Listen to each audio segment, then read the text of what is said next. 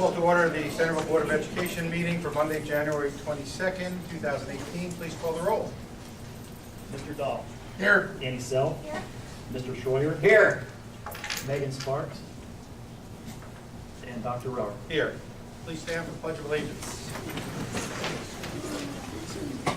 Allegiance to the flag of the United States of America and to the republic for which it stands, one nation, under God, indivisible, with liberty and justice for all. Motion for approval of the agenda as presented. Moved. Call the roll. Mr. Dahl. Yes. Annie Sell. Mr. Schroyer. Yes. And Dr. Rower. Yes. Next is honors, and we'll have Dr. Henderson take control of that.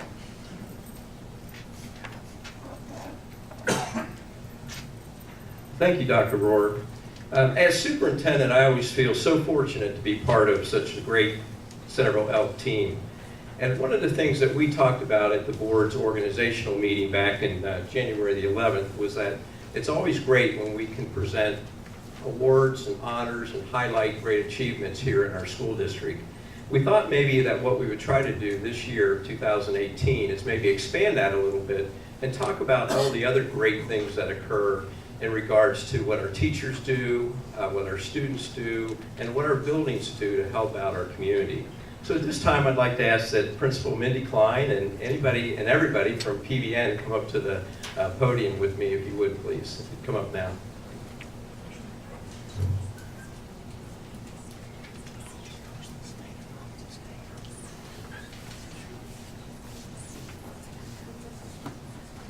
While they're making their way up here, I'll go ahead and start with my comments. Like I said, here in Centerville City Schools, there are so many great things happening both in and outside of the classroom that I thought I would start at our January meeting and share a very heartwarming story from Primary Village North, which occurred just last month prior to our winter break. You know, a couple years ago, Primary Village North worked very hard, very hard, and went through a very rigorous process and was named a National School of Character. In fact, this week they are celebrating Character Week with school-wide assemblies learning more about their three big words, which are respect, responsibility, and good citizenship. They will also be discussing upcoming service projects, including the first grade making snack and activity buckets for visitors at Daybreak and St. Vincent de Paul shelters, and the preschool students and kindergarten students will be making snack bags for families as part of their Valentine's Day parties, where the students will learn about being good friends to everyone in the community. Even though in the city of Centerville and Washington Township, we're viewed as being a very fluent community, we still have families in need across the district. So let me share a great story and a great effort by the entire PBN staff. At PBN, there is a family who has actually, one family has 3 first graders and 1 kindergarten in the building. And there's also a young baby at home who lives with their mother, their father, and an uncle. They live in an apartment not too far from PBN. And so one of the first graders hadn't been feeling well, and the week before winter break, this little girl continued not to feel well, and her teacher and Mindy and the other staff at PBN were concerned about her, so they asked the school nurse to take a look at her, and the nurse was concerned as well. The nurse felt that she had a fever and that maybe she had an infection or something like that going on and maybe needed some special treatment, going to the doctor, being seen, and maybe a prescription. So Mindy, like any good principal, called the mom. The mom was very concerned as well, but she shared that she didn't have any insurance. So this didn't stop Mindy Klein, though. She called our very own board president and pediatrician, Dr. Rohr, and said, Dr. Rohr, I'm not sure what to do here. And Dr. Rohr, without a moment's notice, said, bring him on in. So Mindy had, on that particular day, a smaller car. She called her husband, asked him to come and trade out for a larger car that they have. So thank you, Mike, for doing that. So there's Mindy, and she picked up the mother, and with 5 children, went to Dr. Rohr's office, I believe. And Dr. Rohr saw the children, did determine, in fact, that the little girl did need a prescription, wrote that prescription. Mindy then took the entire group back and picked up the prescription and then drove the family back home. As Mindy was doing all this, and as she had an opportunity to help the children get into the apartment and talk to the mother, who was very appreciative, as you can imagine, and also very appreciative of Dr. Rohr's efforts, She noticed that the family really didn't have any furniture. That unfortunately, they were sleeping on the carpet with blankets and no beds, and were kind of living out of suitcases. And so Mindy went back to the building and she sent out an email to her staff, to the entire PBN staff. And she said, you know, so if anybody has any good used furniture, you know, maybe there's some things that you can spare or don't need anymore, or you're gonna maybe wait and have somebody pick them up and donate those. But this family could really use a lot because they have nothing. Immediately the staff responded, and on December the 24th, you know, the day before Christmas Eve, they swooped into this family's apartment and put together beds and supplied sheeting and linens and bringing other pieces of furniture like couches and chairs and things like that. Mindy's daughter, who is a CHS alum who attends UD, was also there playing with the children, talking with the children, and some of her friends who also are CHS alum and also attend UD were there as well.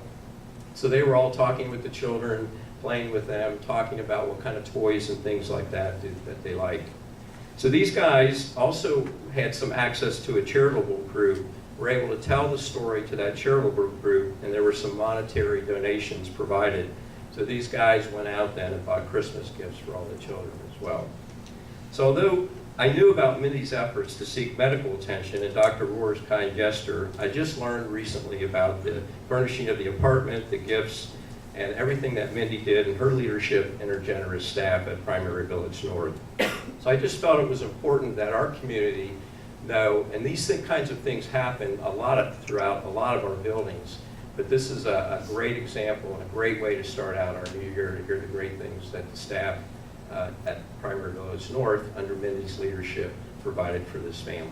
So Mindy and your staff, congratulations. Thank you for everything you did. I wanted Mindy to say a few words, but she won't. She'll get a little emotional here, and she doesn't want to do that.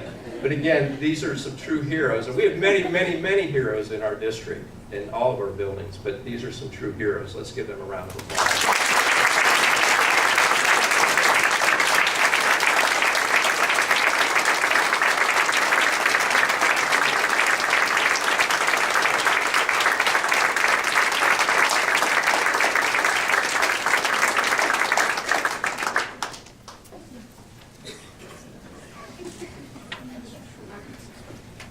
Great job and congratulations again. Thank you, Dr. Next, I'd like to invite our treasurer up to the podium, Mitch Biederman, and he is going to bring up Mr. Joe Braden, who is from the Auditor of State, who's going to present an award to Mitch and his treasurer office staff. So like Mitch and all the treasurer's office staff that are here tonight, to come up to the podium as well. So Mitch.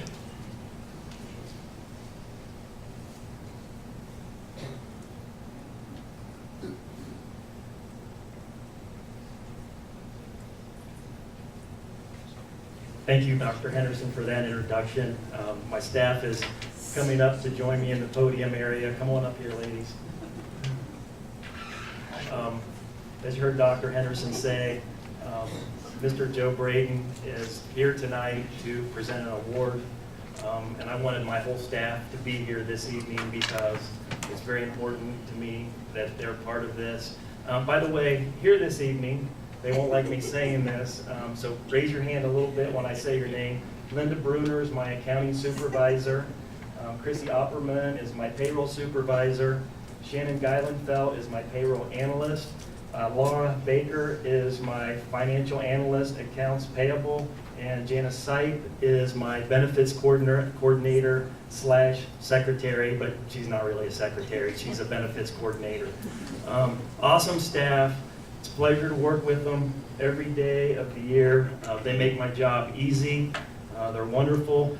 I'm glad Mr. Braden is here this evening to say a few things to our public, that our public can hear and that our Board of Education can also hear, because I do have an amazing staff and this wouldn't be possible without these ladies behind me. So Joe, could you please, Mr. Braden, could you please come up and share what you have to share this evening? Well, it's my honor to be here tonight on behalf of Auditor State Dave Yost to present the Centerville City School District with the Auditor of State Award with distinction for the 2016-17 fiscal audit year period. It's important to note that this puts the Centerville City School District in a very select group. The Auditor State's Office audits nearly 6,000 entities, and less than 300 are even eligible for this award. The Auditor State Award with distinction is presented to local governments and school districts upon the completion of their financial audit that meet the following criteria of a clean audit report. And I'm going to read through this criteria here so you know what this staff had to go through to make this happen. So bear with me just a second. The first thing we have to do is complete what we call a CAFR, which is a comprehensive annual financial report within 6 months of fiscal year end. They must have a clean audit with no findings for recovery, no material citations or material weaknesses, no significant deficiencies, no single audit findings or any questioned costs, have no other financial concerns. The management letter must contain no comments related to ethics referrals, question costs less than $10,000, lack of timely report submissions, reconciliation issues, failure to obtain a timely single audit, findings for recovery, or any public meetings or public records issues. This award represents the hard work of every school employee who strives each day to achieve accounting excellence. I want to recognize the Board of Education members and also the superintendent that have done an excellent job in accounting for every dollar here in the district. And I specifically want to honor Mitch Biederman, the treasurer, for his outstanding leadership, his professionalism, and commitment to fiscal integrity.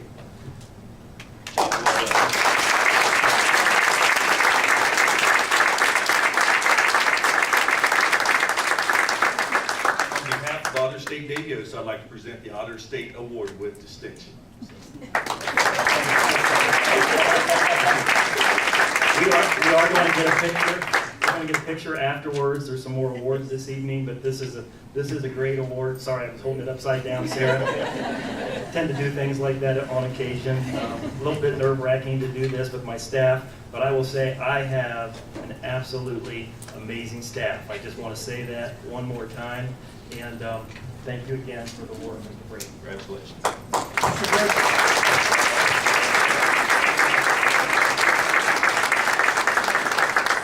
Mr. Brady, before you leave, can I ask you a question? Yes. In this year, how many of those awards did the state auditor's office give out? I don't have that exact number. It's usually less than 5% of the entities, so less than 300 entities across the state of Ohio, and that's including local governments and schools. And how many school districts? I don't, like I said, I don't have that The specific. report we got, there were 2. No, it's more than that. It's more than that. The specific period, we release audits several times a week, twice a week actually, and that was just that particular release audit. So there's more than that, yeah. Fantastic. Congrats. Thank you very much. Thank you, guys. Ladies. Thank you for being here. No. Thank you for being here. Congratulations, Mitch, and congratulations, Treasurer's Office team. You did a great job. Thank you.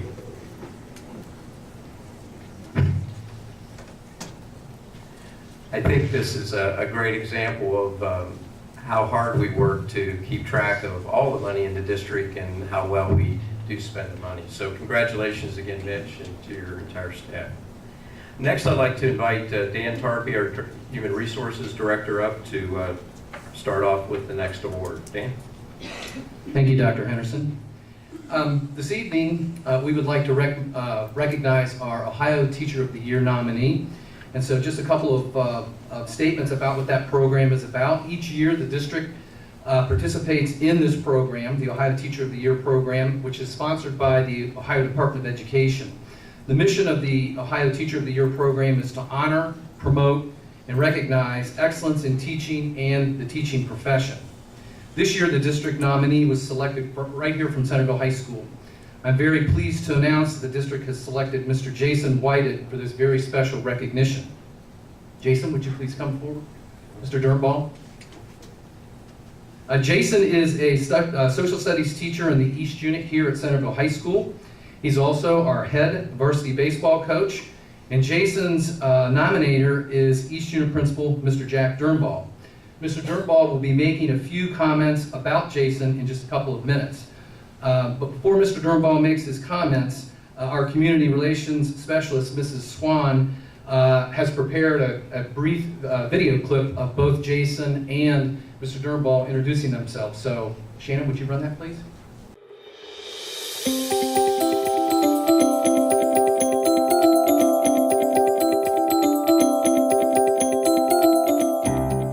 My name is Jason Whited. This is year 6 at Centerville. I've been a teacher for 12 years. At Centerville, I'm an E student. I teach U.S. history with sophomores. The big thing about Centerville I love is just the expectation level. With parents, with administration, with students, mediocrity is not really accepted.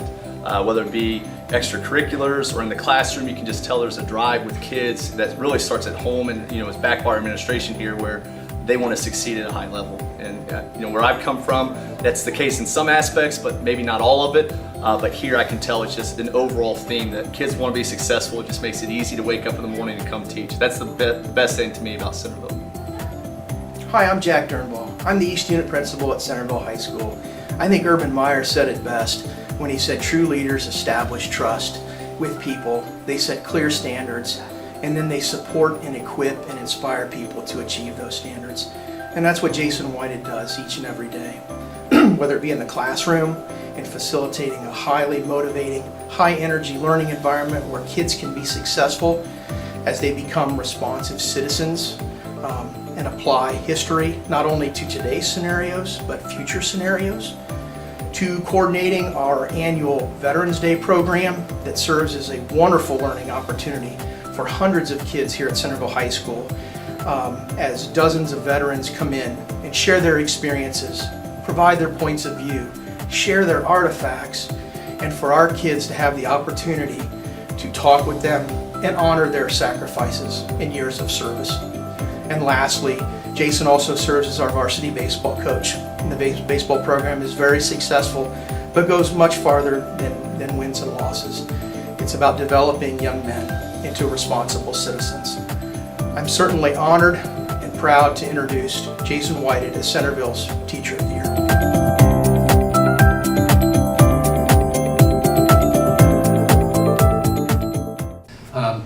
Just for the board and for members of our community, Sarah will be posting that on the district website too, so you can go back and review that if you like. Moving on, Mr. Whited is certainly an outstanding professional who demonstrates exceptional dedication and leadership to the classroom, school, our co-curricular program, and our community. So it is certainly my honor this evening to recognize Mr. Whited. And at this time, I'd like to turn the program over to Mr. Durnball, who will tell you a little bit more about Jason and some of the qualities which characterize his work here at Centerville High School. Mr. Durnball? Thank you, Mr. Tarby. Good evening. I've worked with, I have the very distinct honor of helping to introduce Mr. Jason Whited as our district's nominee for Ohio Teacher of the Year.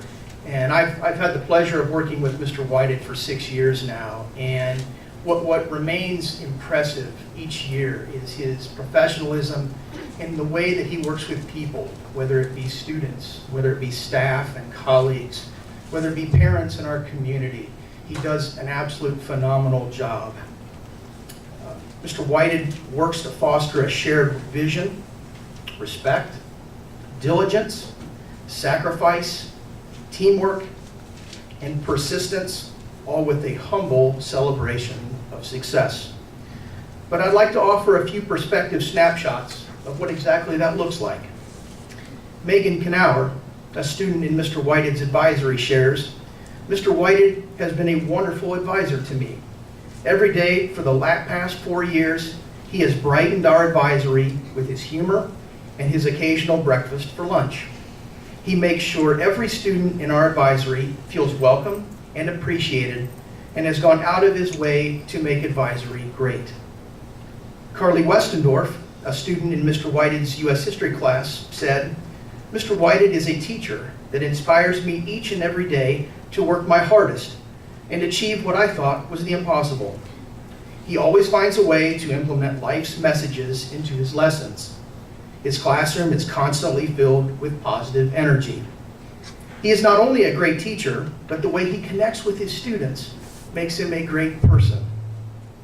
And from a parent, Mr. Mark Shooter shares, as a parent, my wife and I find tremendous comfort knowing an individual with the caliber of Jason is involved in impacting the lives of our children.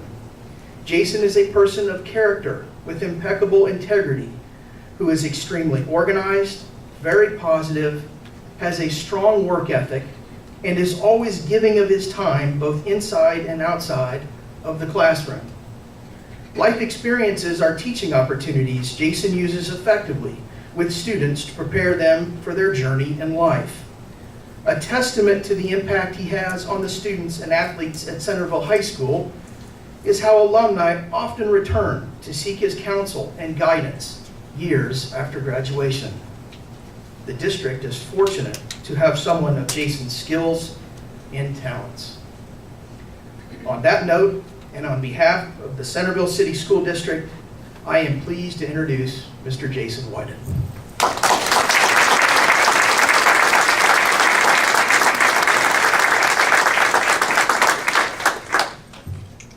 Very humbling, obviously. Tough acts to follow too. You talk about the treasurer and prestigious award and what PBN did and outfitting a family, and then it kind of makes you feel small, but it kind of shows how awesome this community is. So very humbled and appreciative. I promised my daughter Kinsey, my son Jackson, my wife Amy, I would make this incredibly quick because it's bedtime and they want to go to bed. And also I want to thank them for all their support. Kinsey is my sounding board. She's 6. She's in Miss Snow's class at PBS. And I was kind of telling her about this and kind of going over some thank yous so I didn't forget people that I wanted to make sure to thank. And she kind of got quiet. She's the most honest kid on the planet, as most 6-year-olds are. And she said, I would have voted for Miss Snow. So I guess I need to give this award to Miss Snow, who is an awesome teacher, but at least she was being honest with me. I'd like to thank Mr. Dan Torpy. He's kind of walked me through this process. He's been unbelievably accommodating and patient and has helped throughout. Sarah Swan for the video. It was kind of nerve-wracking when you have a camera in front of you and she says, okay, go. You never really get filmed and you're nervous, but she was awesome to work with, so I appreciate your time, Sarah. The board for having me, and Dr. Henderson. Dr. Henderson especially, he is an awesome guy to work for. You probably hear that, it's the generic speak, but if you really get to build a relationship with him, he is a one-on-one guy. Whenever you see him, he's not too big for you. He stops, he gives you time, he wants to know what's going on. He's invested in the growth of his teachers, and I can't thank him enough for that. I also want to thank specifically Jack Durnball. Without a doubt, I'm not just saying it, he is the best boss I've ever worked for. The dude is of high integrity. His character is through the roof. I just love that you can have disagreements and healthy conflict, and you can still get the end result because what he cares about is helping kids, and that's what I really remember about Jack. What I really cherish coming to work each day for him. Terry Dickton. If you don't know Terry, he was the head baseball coach. He is like a second father to me in a lot of ways, and there were times that we would kind of butt it out in healthy conflict, and we would not agree. And I'm a very neat and organized and structured person. Terry, in my opinion, was not an organized and structured person sometimes, but I've learned so much from that dude, and I can't thank him enough for what he's provided and given me this opportunity to come here. The CHS administration, it's an awesome building to work for, not to knock the other school buildings, but to come work for Mr. Carroll, Mr. Kogel, Mr. Sutton, Mr. Wolf, Mr. DeMint. They make it easy. Like I said, I work for Jack directly, but those other guys are bosses too, and they're awesome to work with and build relationships with. The community, it's a very, very different place in a good way. I've worked for 3 other school districts, and not to knock them, but it's not comparable. I've decided to raise my family here. I've got a 6-year-old, a 2-year-old. My wife works in the local community, and it's because of support like what Miss Klein did. And to touch on her daughter was a rock star in my class. I would give anything to have more kids like that. So I appreciate being here. And most importantly, I want to thank the students. Sometimes I'm very honest with my students, and to be honest, I was a horrible student in high school. I was horrible. I did very well grade-wise, but I was a smart aleck. I didn't probably show the respect I needed to in a lot of times, and I try to share that with them and give them messages of the week is what I call it. And I think sometimes we underestimate this generation. I think they're going to surprise us what they can do. We call them lazy and entitled. I think they're just pretty efficient. Sometimes we get a little bit jealous because we can't figure it out as quick. But I look forward to watching my students continue to grow, and I'm really excited and unbelievably humbled for this honor. So thank you very much, and have a great night.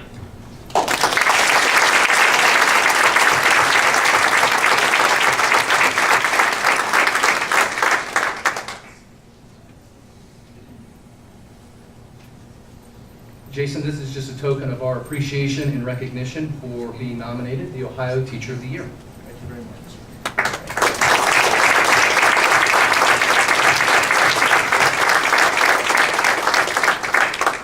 Jason's credentials will now be reviewed by a state selection panel that will choose one teacher as the Ohio Teacher of the Year.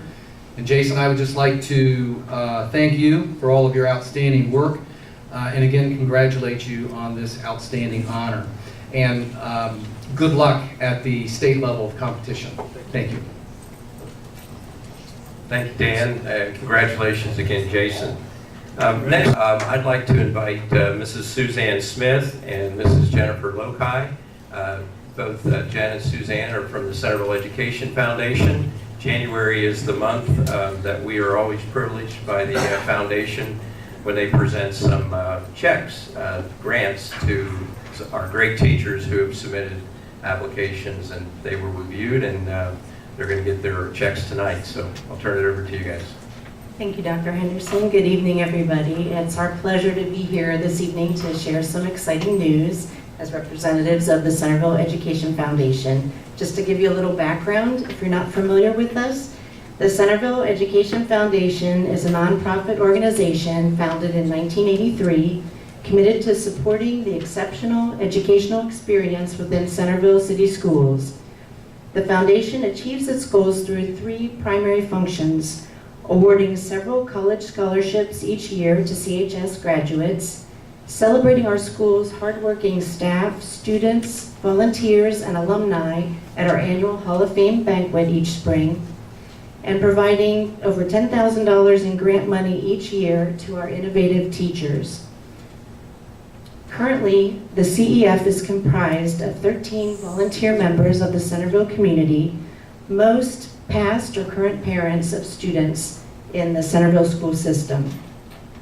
Tonight, we are pleased to share with all of you the recipients of our 2018 teacher grants. A committee of CEF members, teachers representing the high school, elementary schools, and middle schools in Centerville, and our assistant superintendent, Mr. Bob Yucks, reviewed grant applications and were impressed with the creativity, passion, and forward thinking of these educators.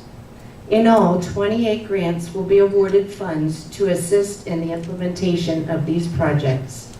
At this time, we wish to introduce our grant recipients, sharing the theme of each of their projects. So if you would please come up when you hear your name.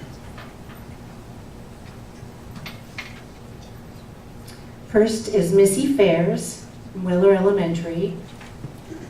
Her project is Ready to Learn, Green Zone Tools for Classroom Self-Regulation.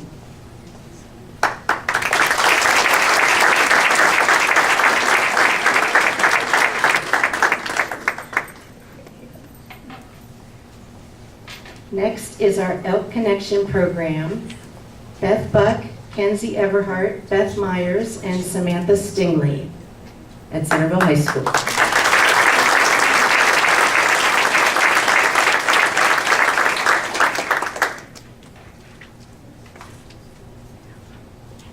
Alice Tavani, Wearable Art, Normandy Elementary.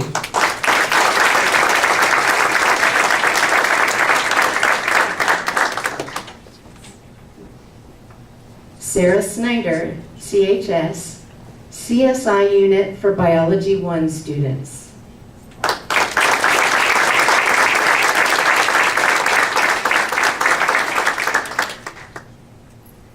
Homerama, Kelly Gartz, Katie Combs, and Carrie Shade, Driscoll Elementary.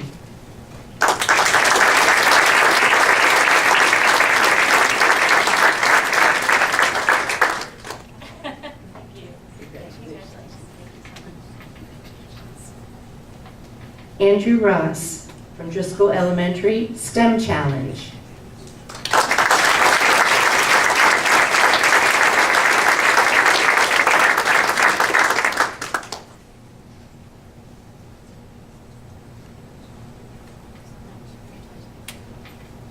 Kelly Huffman, Student Run Coffee Cart, Weller Elementary.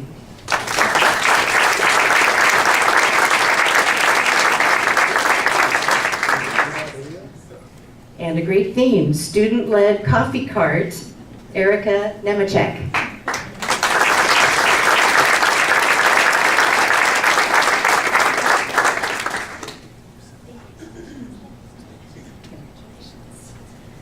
Creating a Civilization, Kara Michael, Debbie Smith, Michelle Gouge, and Caroline Durr from Klein Elementary.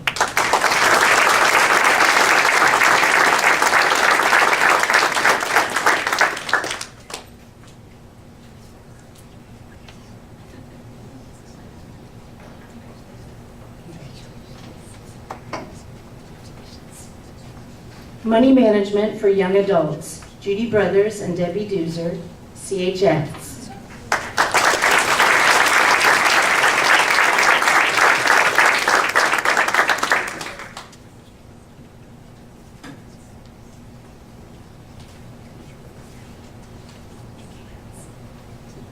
Anatomy and Physiology Olympics, Kelly Judy and Beth Karstens, CHS.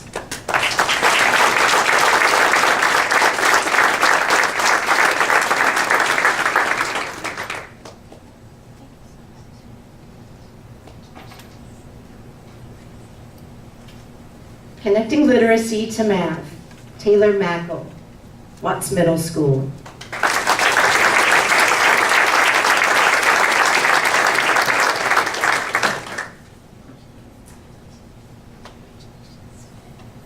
Construction, Barbara Martin, Janet Curran, and Arlene Petty, Watts Middle School.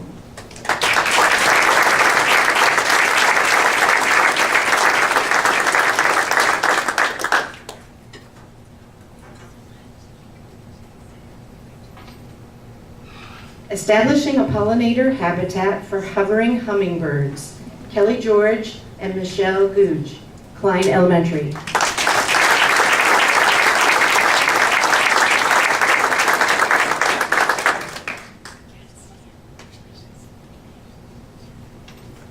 Tinkering with Circuits, Chelsea Maloney, Primary Village.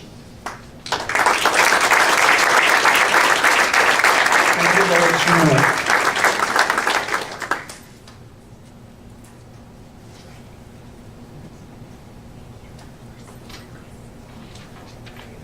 A Flexible Classroom for All Learners, Jesse Stanley, Tower Heights Middle School.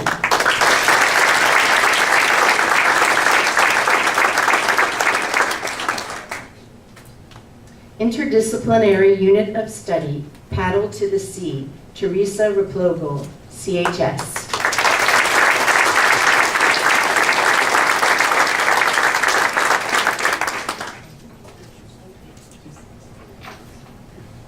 Weather Trackers, Tracking, Analyzing, Recording, and Reporting Weather Data and Observations, Susan Jones, Stingley Elementary.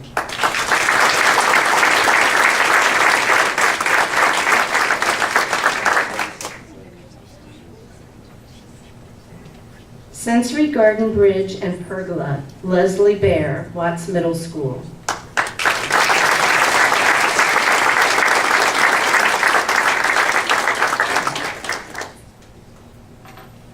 Designing Architectural Wonders Using Legos, Matthew Sazda, Klein Elementary.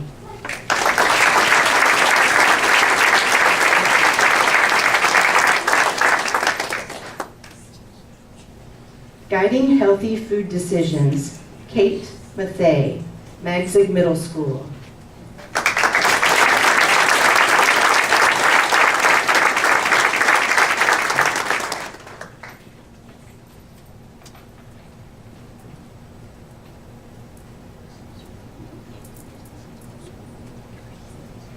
Practice Through Technology, Lisa Voss, Primary Village South.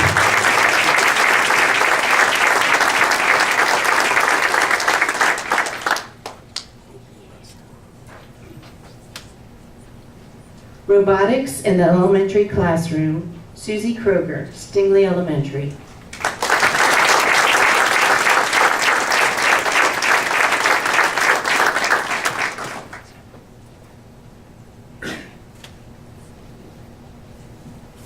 Let the Squirmy Worm Squirm, and Designing a Classroom that Fosters Movement and Creative Problem Solving, Amy Hulsman, John Hole Elementary.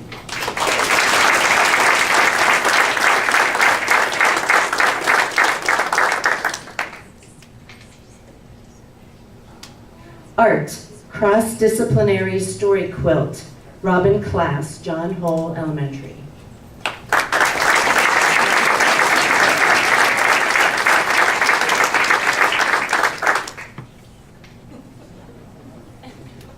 Ohio History Museum, Cheryl Hippenmeyer, Chelsea Kasanovich, Hillary Andis, Terry Lunsford, Becky Moore, Robin Class, Deb Coleman, Peter Schomburg, and Tyler Begley, John Hole Elementary.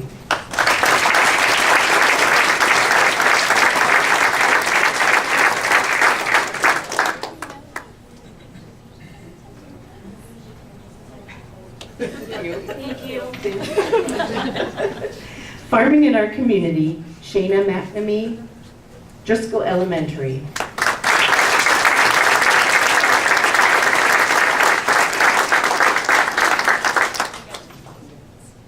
And last but not least, Building to Grow, Christy Mason, Beth Wilkes, Kelsey Hebler, Angie Adams, Chelsea Reagan, Sarah Keating, and Jen Avery, Primary Village.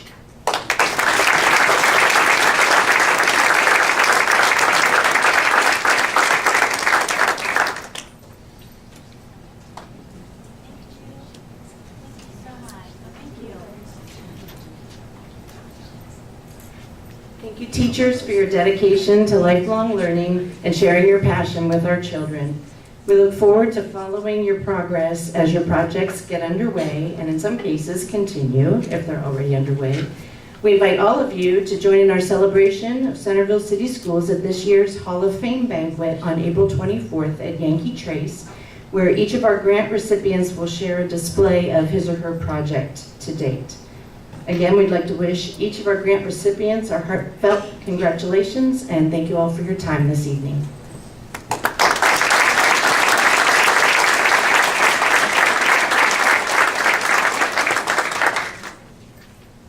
Thank you, Jen, and thank you, Suzanne, and congratulations again to all the grant recipients. Just a reminder, after this last award, we're going to ask everybody that was honored tonight to follow Sarah, and she'll take a picture of you out past the South Unit office. Last but not least, I have the distinct honor to honor our school board. Every January is designated as School Board Recognition Month, and I'd like to make a few comments about our Board of Education. I came across an anonymous quote about leadership which states, "If you are a leader, do everything you can to grow yourself and create the right environment for others to grow." On behalf of the staff and students of Centerville City Schools, I would like to thank our 5 elected officials for their dedication to Centerville City Schools. These 5 individuals have worked very hard to create a positive, nurturing environment for our staff and students. The time that they spend in these public board meetings really just represents a small fraction of the hours that they put in devoting to leading our district. In most cases, there's extra work sessions throughout the month, and the board members are always on call to answer questions from parent and community members. We're extremely fortunate to have such a devoted, experienced Board of Education who always keeps their eyes on the prize of student achievement. I'd like to acknowledge our 5 elected officials, starting with our president, Dr. David Rohr, who's been on the board since 1994. Our Vice President, Mrs. Annie Self, since 2016. Board members, Mr. John Dahl, since 1992. Other board member, Mr. Jeff Schroyer, since 2008. And our newest board member that we welcome tonight officially, our first official regular board meeting, is Mrs. Megan Sparks, who was just elected and just starting her term this January. So in appreciation of your time and dedication and all of your efforts, the Ohio School Boards Association has provided some certificates for you, and we have provided a small token of thanks from the staff and students at the Centerville City School District. So thank you all. Congratulations. We appreciate your leadership. It makes Centerville City Schools the excellent district that it is. So thank you all. Thank you.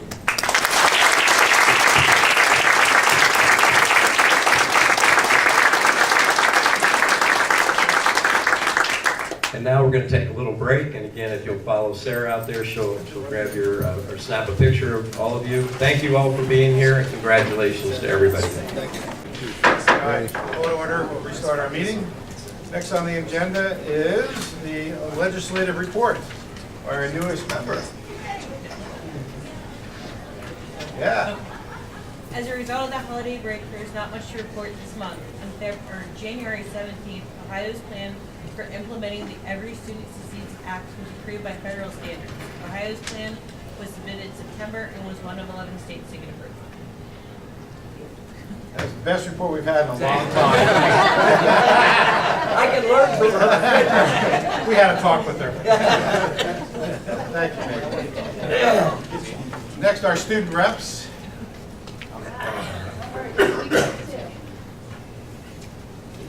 Okay, so we don't have really a lot to report. We do have our next 4 meetings of Candia Commons. That is something that we do at the back of Central, like every other Friday. So our next ones are going to be on January 26th, February 2nd, February 23rd, and March 2nd. And last week at the work session, we invited all of our members of the Board of Education and Dr. Henderson to come and join us for one of the assigned meetings. And some of the comments that we've gotten so far are students wish to see a diversity of the holiday decorations, including classes on Black History Month, and students appreciate student reps on the Board of Education. We've gotten a total of 73 comments so far, so hopefully we'll get a lot more. One of the things that we want to do for the students is contact them afterwards and just see and answer their questions that they have, or give them information to contact people that can answer their questions. And what we're working on now is also the applications for future students, kind of correcting those, and we're going to go through the application process, hopefully before spring break. That's it. Thank you. Thanks for all your time and work, too. All right, next is the hearing of the public. This is a time where the Board of Education would like anyone that would like to come up to the podium, make any comments, and talk to us about any concerns. Anyone tonight? Seeing none, we'll move on to the superintendent's reports. Dr. Henderson. Thank you, Dr. Rohr. We're going to start off. Our first report tonight will be from Mrs. Collier, our Director of Student Services. Good evening to everyone. This evening I'm going to share some general information about special education in Centerville City Schools. There are several eligibility categories that students can qualify for special education services under. Amongst those in the district that we have are specific learning, students who have specific learning disabilities, other health impairments, emotional disturbances, autism, traumatic brain injury, intellectual disabilities, multiple disabilities, hearing impairments, orthopedic impairments, visual impairments, or speech and language impairments. In terms of individual buildings, Centerville High School currently has 351 students who are found eligible as having special needs, and that's approximately 12.8% of their total student population. At Tower Heights Elementary, we currently have 69 students identified as having special needs, which is approximately 12.1% of their total student population. At Watts, it's 84 students, which is 12.4%. At Magzig, it's 81 students with 13.1% of the total population. At Driscoll, we have 50 students, which is 23.4%. We do have some specialty programming there for students who have more diverse needs, which is why there's such a large percentage of students at Driscoll with special needs. At Weller, there are also 50 students, which is 10% of their population. At John Hole, there are 35 students, which is 9% of their population. At Normandy, there are 55 students, which is 12.2%. At Stingley, there are 40 students, which is 15.3%. At Klein, there are 60 students, which is 16.3%. PBN has 48 students, which is 9.4% of their population. And at PBS, there are 68 students, which is 11.3%. One thing that is important to note, in our district, we currently have 93 intervention specialists that are meeting the needs of students in grades K through 12. There are 111 paraprofessionals working with students in grades K through 12. We have 3 occupational therapists in the district and 1 physical therapist.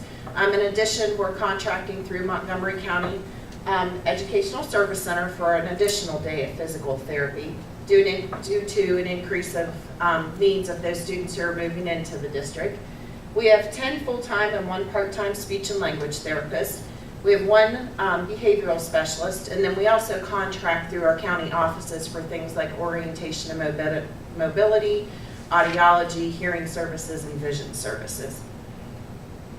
In preschool, we're running classrooms with a 50-50 ratio, and what that means are half of the students in the classrooms are identified as students who have special needs, and the other half are their peers who are not identified as having special needs. Currently, we have 10 teachers who work in the preschool classrooms and 19 teacher assistants, and they're serving a total of about 239 3-, 4-, and 5-year-olds. Just wanted to make the community aware of each year the districts across the state get what's called a special education profile. And these are some of the outcomes that they are measuring for students with special needs. The state looks at the preschool environments, the preschool outcomes, and those are based upon screenings that take place. Early childhood transitions, making sure that we have IEPs in place by the time children are 3 years old. Statewide assessments. They look at the expulsion and suspension rates for students with special needs. They look at school age environments and how we're serving students in their least restrictive environments. They look at the graduation of students with special needs, the dropout rates, the secondary transition plans, and then they're also looking after students graduated those post-secondary outcomes for districts. They look at parent involvement, if we have any disproportionality amongst the categories that we talked about, that we're meeting child find requirements, and when there are issues of concern, that there's systemic improvement based upon their timelines. So I'm pleased to report that Centerville City Schools has met all of these indicators, so we're very proud of that. If anyone in the community happens to know of a child that they suspect has a disability that they don't believe is receiving services, please contact me, Laura Collier, at the Board of Education office, or you can send me an email. Thank you. Any questions? Okay, thanks. Thank you, Laura. Thank you, Laura. Next, I'd like to invite our secondary curriculum coordinator, Adam Torello, to make the last report tonight.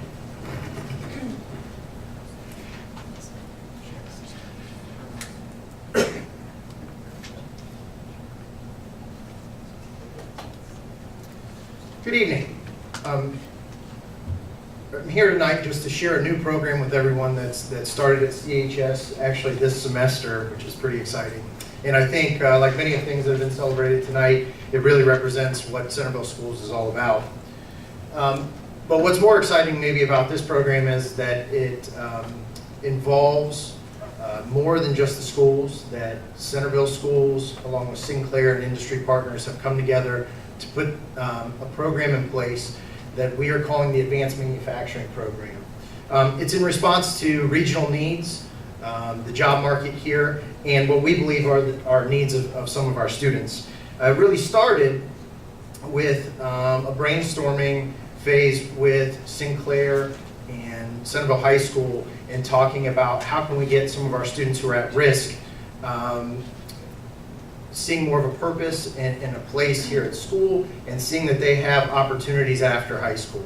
So a number of people were involved in this process from these entities, and we're really excited about where it's gone. Starting this semester, we have about 16 junior students who began a Maker's Lab course here at the high school, and we've infused in that course a mathematics curriculum that is partnered with Sinclair, and students will be receiving some college credit through College Credit Plus as they participate in this program. The focus of that course is to have the students have hands-on, STEM-like, problem-based learning experiences while infusing math into the program. Next year, our plan is to expand this program for their senior year, create a block program so that students can get a certification that will help them qualify for not only workforce readiness, but also some of their graduation requirements through some of the additional pathways of the state. Why advanced manufacturing? Well, as I just mentioned, the certification that the students will pursue in this course satisfies the graduation requirements of the third college and career readiness pathway that the state of Ohio released in the first class that will be going through that is the class of 2018.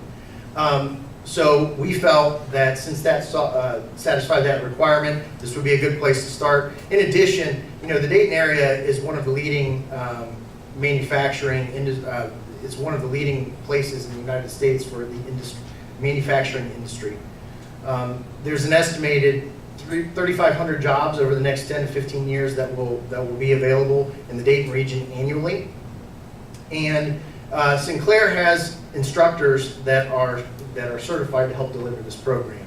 So we felt that this was a great way to go. There are many opportunities for our students who will complete this program. In December, as we were creating this program, we took a group of about 19 students to Sinclair. Sinclair rolled out the red carpet. They've been great to work with and really put on a field trip for us that allowed our students to really explore the opportunities that advanced manufacturing offers. After that date, we initially identified 30, 19, as I said, went to Sinclair with us, and 16 of those students enrolled in the program after that, which was, we felt like a pretty good number because the students had to consider changing their current schedules and really trying to work with us to make this happen. And I think that Sinclair trip and the literature and discussions that our counselors and the administration here at Centerville did really inspired them to move forward with this. So the benefits of this program, just to recap and wrap up, the program allows students to meet their graduation requirements if they successfully fulfill it. They're going to earn an industry credential which is going to allow them to be workforce ready when they leave here. So they'll have the opportunity to potentially go right into the workforce or continue their programming at Sinclair or another institution if they want. Because College Credit Plus is part of this program, they will be earning college credits as they go. So many of them will graduate with college credits already on their transcripts. And again, they will have many opportunities beyond just the workforce. They can continue there. So long term, we're pretty excited about this program. It's our first step in looking at some of these credentials. It's been a positive step with Sinclair, and we really do believe that this may lead to some additional programming and partnerships with them. So, thank you very much. Thank you. Next on the agenda is the Treasurer's Report.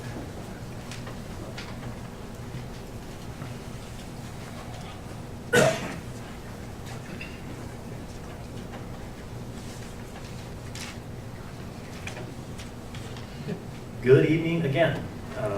Tonight I have a few slides that will help share some information about the current district finances. One slide to help me explain 3 mid-year budget adjustments, and a last slide that shares a few bullet points of information about the 2017 Financial Audit and Comprehensive Annual Financial Report. In this first slide, I'd like to reiterate this month that actual general fund revenue from all sources combined is on target with the revenue budget projection at the halfway point this fiscal year. This chart shows that general fund revenue is up 2.7% through December. For the entire year, our revenue is projected for a 2% increase. In this chart, you can also see that local revenue makes up a significant portion of the district's revenue in comparison to what we receive from the state. The second of two collections for property taxes for our fiscal year began in January 2018, and it is historically higher than the first collection. This means the gold area on this chart for local revenue will be even higher as compared to the black area or state portion at year end. Ultimately, the state revenue will only make up approximately 14% of our general fund revenue at year end. Expenses are up 12.8%, but continue to track as expected. though some additional explanation is needed by utilizing this chart that compares the full budget to expenses at the midway point in the fiscal year. The bulk of our general fund expenses come out of the salary and benefits categories. Salaries are just under budget at 49.2% halfway through the fiscal year, while benefits expenses are at 47.9%. Medical insurance cost has increased 10% beginning January 1, 2018. Therefore, the benefits budget will tighten by fiscal year end to accommodate for this anticipated increase. The services category continues to stay well below the original budget at 43.9%, and we are hopeful this trend will continue through the end of the fiscal year, saving the district money. The supplies and materials, while making up a much less significant portion of the budget, is at 55.3% spent at the midway point in the fiscal year. We will be under budget in this category at fiscal year end, and it is not uncommon for the materials expenses to be a little higher at this time because of the significant expenses for things like textbooks at the beginning of the school year. The equipment category is usually the lowest part of the general fund budget each year.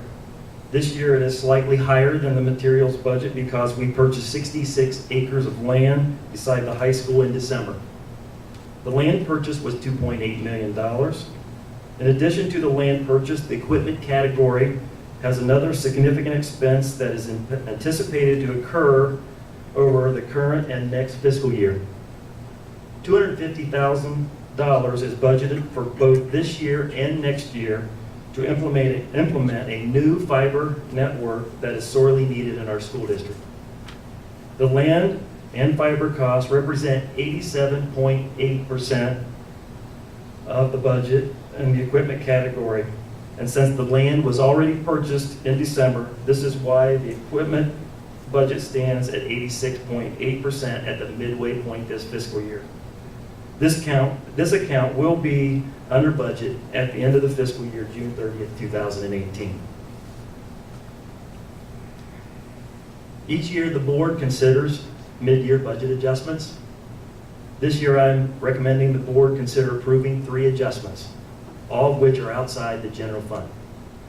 The most significant of these adjustments is a reduction of $425,685 for private schools. Historically, by law, all private schools within our school district boundaries were required to have their state revenue and state expenses flow through our district. A recent legislative change allows for non-church affiliated private schools to receive these funds directly from the state. Therefore, the Miami Valley School is now receiving their funds directly, reducing the budget in this fund. The other 2 budget modifications are for a minor state grant decrease and an overall $265,626 increase for the federal programs caused by either a decrease or increase to the grant revenue. All the adjustments listed on this slide represent a $162,709 reduction to our overall district budget. You have already heard from Mr. Joe Braden from the Auditor of State's Office about the 2017 financial audit. I would just mention again, for fiscal year 2017, we received an unmodified or clean audit. We are one, as we found out this evening, of a select few 6,000 entities statewide receiving the Auditor of State Award with distinction. The 2016-17 Comprehensive Annual Financial Report and the Official Audit Report can be found on the district-wide website under the Treasurer's section and the Auditor of State website. This concludes my report this evening, unless there are any further questions from the Board of Education. Thank you, Mitch. Next, Treasurer's Recommendations. Consider approving December 2017 financial statements, monthly financial report, fund activity report, appropriations report, General fund spending report, general fund summary comparison, purchase orders included in statement number 7 approved by administration, then and now certified by the treasurer and supported by the board resolution totaling $119,706.82. So moved. Second. Call the roll, please. Mr. Dahl? Yes. Annie Self? Mr. Schreier? Yes. Megan Sparks? Yes. And Dr. Rowe? Yes. Next, consider approving amended appropriations for fiscal year 18. So moved. Call the roll, please. Mr. Dahl? Yes. Annie Self? Yes. Mr. Schreier? Yes. Megan Sparks? Yes. And Dr. Rowe? Yes. Next, consider approving the minutes of the following Board of Education meetings. December 18, 2017. Actually, we'll separate out. Let's just vote December 18, 2017, since Megan wasn't at that meeting. So moved. Second. Call the roll. Mr. Dahl? Yes. Annie Self? Yes. Mr. Schreier? Yes. Megan Sparks? Abstain. Abstain. Dr. Rowe? Yes. Next, approve the meeting of the following minutes, the minutes of the following meeting, January 11th and January 16th, 2018. So moved. Second. Call the roll, please. Mr. Dahl? Yes. Annie Self? Yes. Mr. Schreier? Yes. Megan Sparks? Yes. And Dr. Rowe? Yes. Next, superintendent's recommendations. Superintendent recommends accepting resignations as listed on Schedule A, recommends the employment, change of employment status, or change of contract status for the certificated persons listed on Schedule B for the salaries, programs, and on the effective dates given. Superintendent recommends the employment or change of employment status for the support staff persons listed on Schedule C for the salaries, programs, and on the effective dates given. Recommends the employment of persons listed on Schedules D and D1 for supplemental contracts or extra duty assignments, and recommends the granting of leaves of absence for the persons listed on Schedule E for the reasons and on the dates given. So moved. Second. Call the roll, please. Mr. Dahl? Yes. Annie Self? Yes. Mr. Schreier? Yes. Megan Sparks? Yes. And Dr. Rowe? Yes. Superintendent recommends the employment of the persons listed on Schedule D2 for supplemental contracts or extra duty assignments. So moved. Second. Call the roll, please. Mr. Dahl? Yes. Annie Self? Yes. Mr. Schreier? Yes. Megan Sparks? Abstain. And Dr. Rowe? Yes. Consider approving the following firms to provide legal services to the Centerville City Schools for the calendar year 2018. Squire Patton Boggs, Hoover Six and Associates, Bricker and Eckler, Coolidge Wall, Walmsley and Lombard, Ohio School Boards Association, and Hunter Consulting. So moved. Second. Call the roll, please. Mr. Dahl? Yes. Annie Self? Yes. Mr. Schreier? Yes. Megan Sparks? Yes. And Dr. Rowe? Yes. Consider adopting a resolution providing Centerville Schools the opportunity to apply for a waiver from the Ohio Department of Education for the 2018-19 school year, as Centerville Schools will not be providing career technical education courses to students enrolled in our middle schools. So moved. Second. And we talked about this at a work session, as we have with many of these items that we're going through. So even though it looks like we're moving quickly, we have discussed all these at all of our work sessions. Call the roll, please. Mr. Dahl? Yes. Annie Self? Yes. Mr. Schreier? Yes. Megan Sparks? Yes. And Dr. Rowe? Yes. Consider approving a resolution declaring certain items of personal property obsolete and unneeded, and authorizing the superintendent or his designee to sell the personal property. So moved. Second. And again, if you have Sure. This is kind of an annual resolution we ask the board to pass every year. We use all of our materials in our district until they're unusable, but periodically there are some things that we can put online. We use it's called Gov Deals, where we put them out for public, and we do sell those and make a little bit of money, bring that back into the district. So again, by the time we get to that point, everything is very, very well used, but we are able to recoup a little bit of money by doing those things. We're required to do that, right? Correct. That's correct. call the roll, please. Mr. Dahl? Yes. Annie Self? Yes. Mr. Schreier? Yes. Megan Sparks? Yes. And Dr. Rowe? Yes. Consider approving a resolution approving revisions to the following board policies. Number 2271, College Credit Plus. Number 5330, use of medications. Number 5530, drug prevention. And number 8600, bus driver certification. So moved. Second. Again, all these things are minor changes to our board policies that are required for us to review every year. Recommendations are made from the state to us, and these are just sort of normal things that we do every year. Call the roll, please. Mr. Dahl? Yes. Annie Self? Yes. Mr. Schreier? Yes. Megan Sparks? Yes. And Dr. Rowe? Yes. Motion for adjournment. You got it. Call the roll. Mr. Dahl? Yes. Andy Self? Mr. Schroyer? Yes. Mrs. Sparks? Yes. And Dr. Woodall? Yes, thank you all very much.